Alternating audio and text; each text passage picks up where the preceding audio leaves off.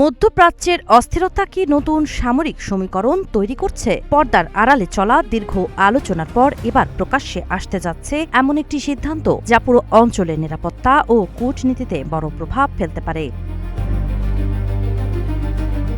যুক্তরাষ্ট্র ইরান সংঘাতের জেরে বাড়তে থাকা উত্তেজনার মধ্যে সৌদি আরব, তুরস্ক ও পাকিস্তান যৌথ প্রতিরক্ষা সহযোগিতা জোরদারের উদ্যোগ নিয়েছে। সৌদি সরকারের ঘনিষ্ঠ দুটি সূত্র জানিয়েছে, আজ শুক্রবার জেদ্দায় ৩ দেশের মধ্যে একটি যৌথ প্রতিরক্ষা চুক্তি সই হওয়ার কথা রয়েছে। এ উপলক্ষে সৌদি যুবরাজ মোহাম্মদ বিন সালমানের সঙ্গে বৈঠকে অংশ নেবেন তুরস্কের প্রেসিডেন্ট রিসেপ তাইয়েপ এরদোয়ান এবং পাকিস্তানের প্রধানমন্ত্রী শাহবাজ শরীফ।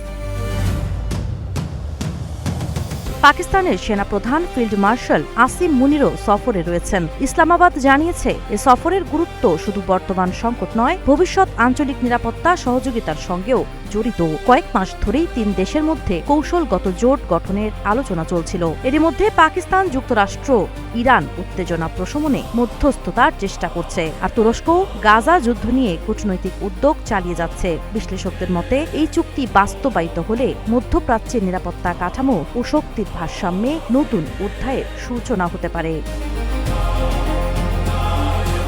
সাবা খান, নাগরিক প্রতিদিন।